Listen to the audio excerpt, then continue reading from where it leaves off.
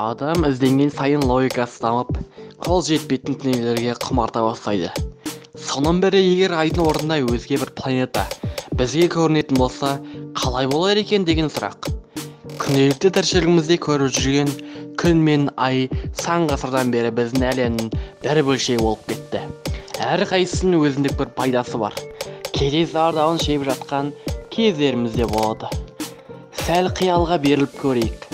Түн ауған уақытта айдың орнына өзге планета бізге былай көрінеді екен. Айдың көлемі бізге осылай көрінеді екен. Оның радиусы 1737 километр.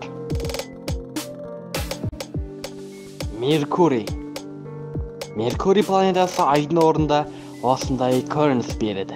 Оның радиусы 2439 километр.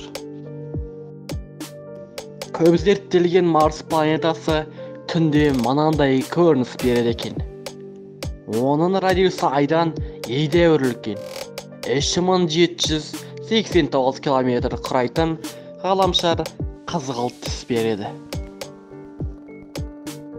Назарларыңызға келесі ретте Венера ғаламшарын ұсынамыз.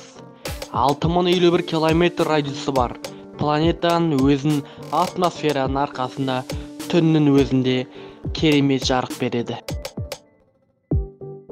Егер аспаннан үлкен көгілдір шар байқасаңыз, Нептун екенін біліп жүріңіз.